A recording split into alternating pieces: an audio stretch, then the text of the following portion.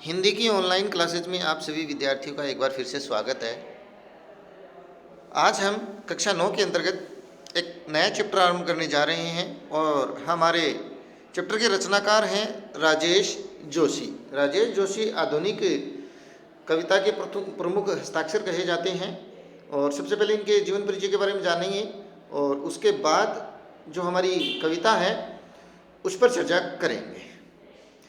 राजेश जोशी का जन्म सन 1946 में मध्य प्रदेश के नरसिंहगढ़ जिले में हुआ था। उन्होंने शिक्षा पूरी करने के बाद पत्रकारिता शुरू की। कुछ सालों तक अध्यापन कार्य भी किया, बच्चों को शिक्षा देने का कार्य किया। राजेश जोशी ने कविताओं के अलावा कहानियाँ लिखी हैं, नाटक लिखे हैं, लेख लिखे हैं, टिप्पणियाँ भी लिखी हैं। साथ ही उन्होंने कुछ नाट्य रूपांतर भी किए हैं। कुछ लघु फिल्मों के लिए पटकथा लेखन का कार्य भी किया है। पटकथा लेखन, जब हम किसी धारावाहिक या फिल्म या छोटी फिल्मों के लिए कहानी रचना करते हैं तो उसको पटकथा लेखन का कार्य कहते हैं। उन्होंने भर्तृहरि की कविताओं की अनुरचना, भूमिका, कल्पतरु, यह भी एवं मायकोवस्की की कविता का अनुवाद पतलून पहिना बादल नाम से किया है। देखिए, आधुनिक युग के कवि, बहुत सारे कवि हैं, वो दूसरे भाषा की जो रचनाएं हैं उनको अपनी भाषा हिंदी भाषा में अनुदित करने या पुनः रचना करने का कार्य करते रहे हैं। इनमें उन्होंने भर्तृहरि की कविताओं का संकलन भी किया है, उनकी रचना भी की है, जिसका शीर्षक भूमिका, कल्पतरु, यह भी, और मायकोवस्की, ये विदेशी रचनाकार हैं, उनकी कविताओं का अनुवाद भी हिंदी में किया है। पतलून पहिना बादल, पतलून कहते हैं पैंट को, ठीक है। कई भाषाओं के साथ साथ अंग्रेजी, रूसी और जर्मनी में भी राजेश जोशी जी की कविताओं के अनुवाद प्रकाशित हुए हैं। मतलब रूसी भाषा, जर्मन भाषा, अंग्रेजी भाषा का इन्हें खूब ज्ञान रहा है। राजेश जोशी के प्रमुख काव्य संग्रह हैं एक दिन बोलेंगे पेड़, मिट्टी का चेहरा, नेपथ्य में हंसी। नेपथ्य तो आप जानते ही होंगे, नाटक आदि जो होते हैं, एकांकिका आदि होते हैं, उसमें रंगमंच जो होता है, उस रंगमंच के पीछे से जो भी ध्वनियाँ वगैरह आती हैं, जो भी कार्यवाही की जाती है, वो नेपथ्य कहते हैं। और दो पंक्तियों के बीच, ये उनके कुछ काव्य संग्रह हैं। उन्हें माखनलाल चतुर्वेदी पुरस्कार, मध्य प्रदेश शासन का शिखर सम्मान और साहित्य अकादमी पुरस्कार से सम्मानित भी किया गया है। राजेश जोशी की कविताएं गहरे सामाजिक अभिप्राय वाली होती हैं और आज की जो हमारी कविता होगी, बच्चे काम पर जा रहे हैं, वो भी गहरी सामाजिक अभिप्राय वाली कविता ही है। वे जीवन के संकट में भी गहरी आस्था को उभारती हैं।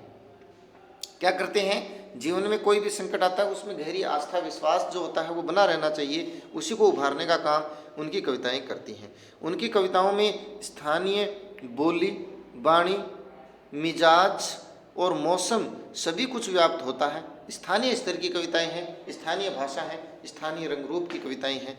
उनके काव्य लोक में आत्मीयता, लयात्मकता तथा मनुष्यता को बचाए रखने का एक निरंतर संघर्ष भी है। ठीक, निरंतर संघर्ष भी है। दुनिया के नष्ट होने का खतरा राजेश जोशी को जितना प्रबल दिखाई देता है, उतना ही वे जीवन की संभावनाओं की खोज के लिए बेचैन दिखाई देते हैं। देखिए, जोशी जी की जो विचारधारा है वो यहाँ पर थोड़ी सी झलकती है कि दुनिया के नष्ट होने का खतरा राजेश जोशी जी को जितना प्रबल दिखाई देता है, उतना ही जीवन की संभावनाओं को खोजने के लिए वो बेचैन भी दिखाई देते हैं। प्रस्तुत कविता में बच्चों से बचपन छीन लिए जाने की पीड़ा व्यक्त हुई है। बच्चे, बचपन और बचपन के वो खेल, वो अटखेलियाँ, ये सब जरूरी होता है। भाई, हमने बचपन में बचपना ही नहीं दिखाया, बचपन में बचपन की तरह जिए ही नहीं, तो किस बात का बचपन। और ये अब हो रहा है बच्चों के साथ आधुनिक युग में, क्योंकि आधुनिक युग है वो अर्थ का युग है। किसका युग है? अर्थ का युग। पैसा, चारों तरफ पैसा कमाने की होड़ बनी हुई है और इतना पैसा कमाने के चक्कर में बच्चों से बचपन छीना जा रहा है। और उसी की पीड़ा को व्यक्त हुआ है। समाज जो है वो उस समस्या को देख नहीं पा रहा है, उस समस्या को साधारण रूप में ले रहा है, सरल रूप में ले रहा है। इसी बात की चर्चा कवि ने की है कि हमें ऐसा नहीं करना चाहिए। कवि ने उस सामाजिक आर्थिक विडंबना की ओर इशारा किया है जिसमें कुछ बच्चे खेल, शिक्षा और जीवन की उमंग से क्या है, वंचित हैं। बच्चों को खेल भी जरूरी है, बच्चों के लिए शिक्षा भी जरूरी है और उत्साह उमंग भी जरूरी है। यहाँ कविता इन्हीं चीज़ों को उभारने का प्रयास करेगी जिसमें बच्चे खेल से वंचित दिखाई देंगे, शिक्षा से वंचित दिखाई देंगे और काम पर जाते हुए दिखाई देंगे। ये आम बात है, ये सामान्य बात है जो हम देखते हैं, लेकिन उस बात को सामान्य रूप से ले लेते हैं। मैं कहता हूँ या जोशी जी कहते हैं कि ये घातक है देश के लिए, समाज के लिए, अर्थव्यवस्था के लिए, सब चीज़ों के लिए। बच्चों का शोषण नहीं होना चाहिए। बाल श्रम जो है उस पर आधारित ये कविता है। बाल श्रम, अब बाल श्रम में आप जानते हो बच्चों का बचपन छीना जा रहा है और उससे हमें निजात दिलाने के लिए कवि इस समस्या का सबके सामने प्रकट कर रहे हैं। बच्चे काम पर जा रहे हैं, ये हमारा शीर्षक है कविता का। कोहरे से ढकी सड़क पर बच्चे काम पर जा रहे हैं, सुबह सुबह बच्चे काम पर जा रहे हैं। हमारे समय की सबसे भयानक पंक्ति है यह। भयानक है इसे विवरण की तरह लिखा जाना चाहिए इसे सवाल की तरह। बहुत ही अच्छी कविता और बहुत ही अच्छे विचार, बिल्कुल सरल भाषा में। मुख्य बात यह है कि भाषा जो हमारी है वो बिल्कुल ही क्या है, सरल है, गद्यमय भाषा है, मानो गद्य ही हम पढ़ रहे हैं। लेकिन ये आधुनिक कविता का मुख्य आकर्षण रहा है कि भाषा के ऊपर इतना जोर न देकर के विचारों पर इतना जोर दिया गया है कि विचार प्रकट करने चाहिए, उसके लिए भाषा बाधा नहीं बननी चाहिए। क्या नहीं बननी चाहिए? भाषा बाधा नहीं बननी चाहिए। ठीक इसी प्रकार इस कविता में कवि कह रहे हैं कि कोहरे से ढकी सड़क। आप सब जानते हैं कोहरे से ढकी सड़क, जनवरी के आसपास, दिसंबर के आसपास घना कोहरा, उससे सड़क ढकी हुई है और बच्चे काम पर जा रहे हैं। इस समय बच्चे काम पर जाने नहीं चाहिए, इस समय बच्चे घर में, रजाई में, गर्म कपड़ों में बैठे होने चाहिए। बिल्कुल सुबह सुबह, बहुत ही सवेरे आप देखोगे शहरी इलाकों में छोटे छोटे बच्चे हाथ में टिफ़िन लिए काम पर जाते हुए दिखाई देते हैं। और कोहरे से ढकी हुई सड़क में जब हम अब गर्म कपड़ों में बैठे रहते हैं, बच्चे काम पर जाते हुए दिखाई देते हैं। बच्चे काम पर जा रहे हैं, हमारे समय की सबसे भयानक पंक्ति क्यों है? प्रश्न ये उठेगा कि हमारे समय की ये भयानक पंक्ति क्यों है? क्योंकि भयानक पंक्ति है क्योंकि ये बच्चे शिक्षा से, खेल से और अपने बचपन से क्या है, वंचित है। इसलिए ये पंक्ति क्या है, भयानक है। उन बच्चों के लिए ये पंक्ति भयानक है, हमारे समाज के लिए ये पंक्ति भयानक है, क्योंकि बच्चे सुबह सुबह ऐसी ठंड में काम पर जाते हुए नहीं दिखे रहने चाहिए, घर में बैठे खेलते हुए या गर्म कपड़ों में लिपटे हुए दिखाई देना चाहिए।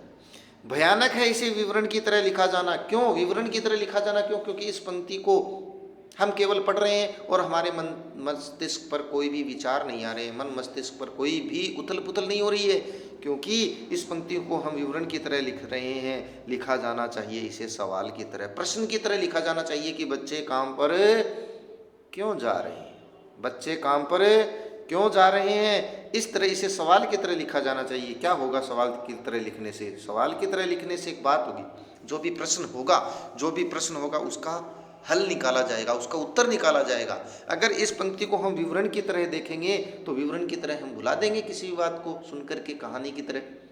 लेकिन जब प्रश्न मन में आएगा तो उस प्रश्न के उत्तर के लिए हम कुछ कोशिश करेंगे और उत्तर की कोशिश के लिए हम कुछ न कुछ कार्य करेंगे और उन बच्चों को जिस चीज़ से वो वंचित हो रहे हैं वो वस्तु इन्हें दिलाने की प्रयास करेंगे। उन्हें वो गेंद, उन्हें वो बल्ला, उन्हें वो गर्म कपड़े, उन्हें वो आशियाना और उन्हें वो शिक्षा के अधिकार दिलाने की कोशिश करेंगे जब हम इसे प्रश्न की तरह पूछेंगे कि बच्चे काम पर क्यों जा रहे हैं। इसलिए भयानक पंक्ति है क्योंकि इसे सवाल की तरह पूछा जाना चाहिए समाज से, देश से, बड़े बड़े लोगों से। क्या अंतरिक्ष में गिर गई है सारी गेंदें, क्या दीमकों ने खा लिया है सारी रंग बिरंगी किताबों को, क्या काले पहाड़ के नीचे दब गए हैं सारे खिलौने, क्या किसी भूकंप में ढह गई हैं सारे मदरसों की इमारतें। कवि पूछ रहा है हमारे समाज से, हमसे, सभी से कि क्या अंतरिक्ष में गिर गई सारी गेंद? उन बच्चों के लिए खेल की जो खेलने के लिए जो गेंदें होती हैं, क्या वो गेंदें अंतरिक्ष में चली गई? उन बच्चों के पास खेल नहीं है? क्यों है ये खेल से वंचित? क्या दीमकों ने खा लिया रंग बिरंगी किताबों के लिए? क्या उन लोगों के उन बच्चों के लिए शिक्षा का कोई अवसर नहीं है? क्या हम उन लोगों को शिक्षा उपलब्ध नहीं करवा सकते? क्या उन बच्चों को हम शिक्षा नहीं दिला सकते? क्या उनकी रंग बिरंगी किताबों को दीमकों ने खा लिया? प्रश्न पूछ रहा है कवि। क्या काले पहाड़ के नीचे, ये ध्यान रखना, काला पहाड़, पहाड़ भी कैसा? काला, ठीक है व्यवस्था, कुव्यवस्था नहीं। क्या काले पहाड़ के नीचे दब गए सारे खिलौने? वो बच्चे क्या खिलौनों से वंचित क्यों हैं? उनके हाथ में इस समय खिलौने होने चाहिए, न कि कुल्हाड़ी फावड़ा होना चाहिए। क्या किसी भूकंप में ढह गई ही सारे मदरसों की इमारतें? मदरसे यानी पाठशाला। क्या पाठशाला की इमारतें उन बच्चों के लिए किसी भूकंप में ढह गई हैं? जो वो बच्चे शिक्षा के लिए पाठशाला नहीं जा रहे हैं, उन बच्चों को पाठशाला जाना चाहिए। क्यों नहीं जा रहे हैं? कि सारी इमारतें ढह गई? ये प्रश्न आने चाहिए। क्या उनके लिए शिक्षा की व्यवस्था नहीं है? क्या उनके लिए खेलों की व्यवस्था नहीं है? हैं तो क्यों नहीं मिल पा रही है? इसका उत्तर देना चाहिए। क्या सारे मैदान, सारे बगीचे और घरों के आंगन खत्म हो गए हैं एकाएक, अचानक से? कवि कह रहे हैं कि क्या उन बच्चों के लिए, कौन से बच्चों के लिए जो सुबह सुबह इतने सवेरे ठंड में, कड़कड़ाती ठंड में काम पर जा रहे हैं, तो क्या उनके लिए सारे मैदान गायब हो गए हैं? क्या बगीचे खेल के लिए जो होते हैं वो उनके लिए गायब हो गए हैं? क्या घरों के आंगन भी अचानक से खत्म हो गए हैं, समाप्त हो गए हैं? उन बच्चों के लिए बगीचे भी उपलब्ध होने चाहिए, आंगन भी उपलब्ध होने चाहिए और मैदान भी खेल के उनके लिए उपलब्ध होने चाहिए, क्योंकि ये आज़ाद भारत का छोटा सा सपना था जो उन बच्चों को मिलना चाहिए था, ज़रूर ज़रूर मिलना चाहिए था। मैं समझता हूँ बिल्कुल सरल कविता है, साधारण कविता है, लेकिन मन में उथल पुथल मचा देने वाली कविता है, समाज से प्रश्न कर देने वाली कविता है, सामाजिक समस्या की कविता है, जो मुख्य समस्या को लिए हुए है, बाल श्रम। तो फिर बचा ही क्या है इस दुनिया में? कितना भयानक होता अगर ऐसा होता। भयानक है, लेकिन इससे भी ज़्यादा यह है कि सारी चीज़ें हस्ब मामूल हैं। हस्ब मामूल मतलब मौजूद हैं, जैसी थी वैसी की वैसी हैं, वैसी की वैसी हैं, फिर भी। तो फिर बचा ही क्या है इस दुनिया में? कवि कह रहा है ऊपर वाली पंक्ति को जोड़ करके कि अगर ऐसा हो गया है कि सारे मैदान आंगन एकाएक खत्म हो गए, खिलौने सारे के सारे पहाड़ के नीचे दब गए, मदरसे इमारतें जो हैं वो भूकंप में ढह गई, अगर ऐसा है तो फिर इस दुनिया में बचा ही क्या है? क्योंकि बच्चों के लिए जो चीज़ें थी, शिक्षा की, खेल की, मनोरंजन की, अगर यही इस दुनिया में नहीं है तो बचा ही क्या है? कितना भयानक होता अगर हो ऐसा होता। कवि प्रश्न पूछ रहा अपने मन से, हम लोगों से, कि अगर सोचिए ऐसा होता तो कितना भयानक होता, कि पाठशाला ही नहीं होती, खेल के मैदान नहीं होते, आंगन नहीं होते, खिलौने नहीं होती, गेंद नहीं होती, तो कितना खतरनाक होता, भयानक होता, भय की बात होती। कवि कहता है, आगे की पंक्तियां और भी इंपॉर्टेंट है कि भयानक है, लेकिन इससे भी ज्यादा यह है, न होता तो भयानक होती बात।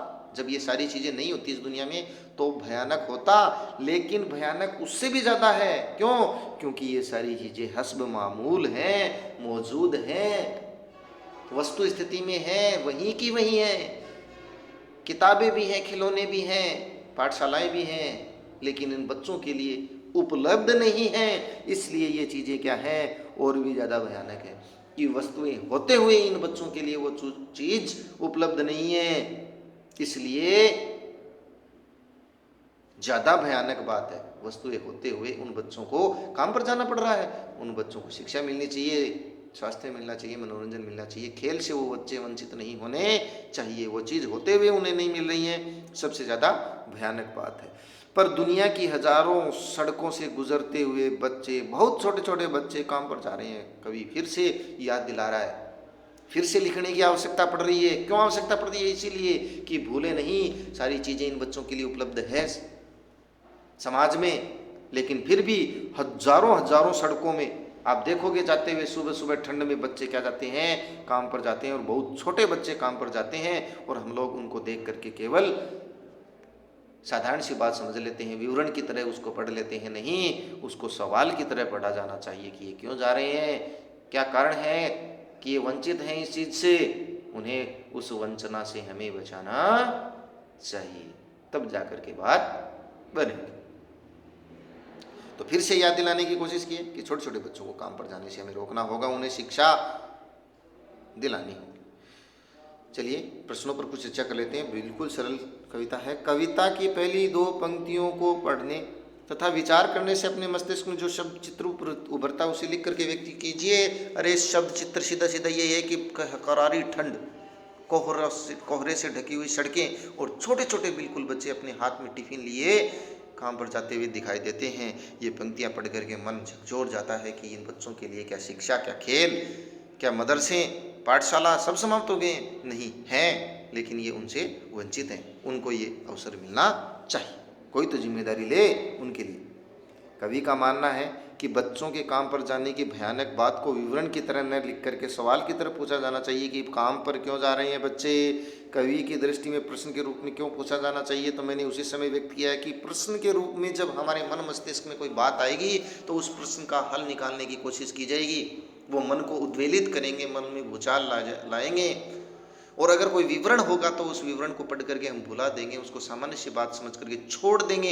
लेकिन प्रश्न का उत्तर निकालने के लिए हम कोशिश करेंगे कि ये बच्चे काम पर क्यों जा रहे हैं, क्या कारण है, उन कारणों में जाएंगे और उन कारणों का पता लगा करके उनको समाप्त करेंगे और बच्चों को शिक्षा दिलाने का काम किया जाएगा और समस्या का समाधान हो जाएगा अगर उसे प्रश्न की तरह पूछेंगे। इसीलिए वो कह रहे हैं प्रश्न के रूप में पूछा जाना चाहिए।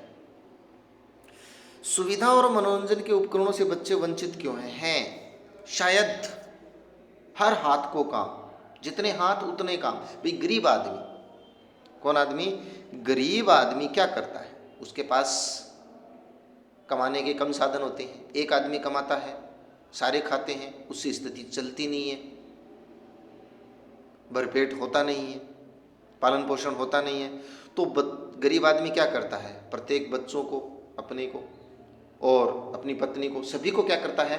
काम में लगाता है, क्योंकि शोषण के कारण उनको कम पैसा मिल पाता है। तो सभी को वो काम पर ले जाता है और अपने भर पेट भोजन के लिए वो काम करते हैं। इसलिए वो बच्चे जो खेलने चाहिए, मनोरंजन करने चाहिए, शिक्षा इनको प्राप्त होनी चाहिए, उन उपकरणों से क्या हो जाते हैं? वंचित हो जाते हैं और भरपेट भोजन के लिए वो अपने माता पिता के साथ काम पर कर जाना प्रारंभ कर देते हैं। गरीबी इसका मुख्य कारण है जिससे वो वंचित हो जाते हैं। दिन प्रतिदिन के जीवन में हर कोई बच्चों को काम पर जाते देख रही, फिर भी किसी को कुछ अटपटा नहीं लगता। इस उदासीनता की क्या कारण है? इस उदासीनता का एक ही कारण है, स्वार्थ प्रवृत्ति। व्यक्ति अपने बारे में सोचता है, दूसरों के बारे में सोचना बंद कर रहा है। इसलिए हम उन बच्चों को काम पर जाते हुए देख तो लेते हैं, लेकिन कुछ मन में विचारधारा नहीं लाते, किसी को कुछ अटपटा नहीं लगता है। हम अपने बारे में सोचते हैं, दूसरों के बारे में सोचना बंद कर देते हैं ना, तब ये उदासीनता फैलती है। आपने अपने शहर में बच्चों को कब कब कहाँ कहाँ काम करते देखा है? अरे ढाबों पर काम करते देखा है, चाय की थड़ी पर काम करते देखा है, होटलों पर काम करते देखा है, निर्माणाधीन बिल्डिंग में काम करते देखा है, ईंट भट्टों पर काम करते देखा है, बहुत बार देखा है, हजारों जगह देखा है, सड़क पर पत्थर तोड़ते हुए देखा है। बच्चों का काम पर जाना धरती में एक बड़े हादसे के समान क्यों है? क्योंकि हादसा ही है। बच्चे ईश्वर का रूप होते हैं, उनको बचपन में खेलने का अवसर, शिक्षा का अवसर, मनोरंजन का अवसर मिलना चाहिए। बचपन में सभी को अपना बचपन जीने का अवसर मिलना चाहिए, क्योंकि बचपन जीवन में एक बार मिलता है, खुशहाली का अवसर एक बार मिलता है। लेकिन जब वो बचपन ही समाप्त हो जाए और बचपन में ही बच्चे बड़ों की तरह, बुजुर्गों की तरह काम करना शुरू कर दें, तो ये बड़ा हादसा ही है, क्योंकि हम उनसे उनका अवसर छीन रहे हैं, उनका बचपना छीन रहे हैं।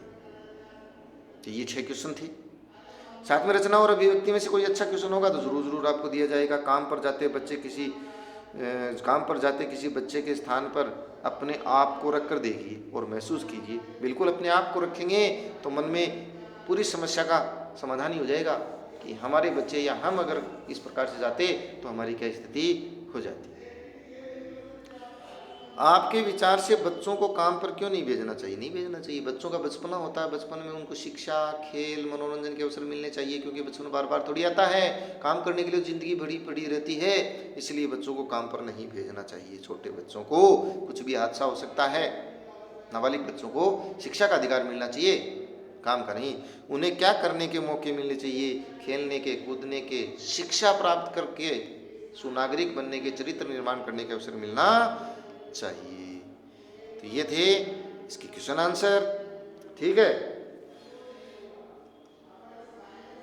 मैं समझता हूं प्रश्नोत्तर भी आपको समझ में आ गए होंगे, कविता भी आपको समझ में आ गई होगी। इस चैप्टर को यहीं समाप्त करते हैं। पद्य भाग का अंतिम चैप्टर था। गद्य में जो बचे हैं उस पर पढ़ेंगे, उस पर जानकारी लेंगे। तो आज के वीडियो में आप सभी के लिए बस इतना ही। मिलते हैं नई वीडियो के साथ, नए चैप्टर के साथ। तब तक के लिए आप सभी का बहुत बहुत धन्यवाद।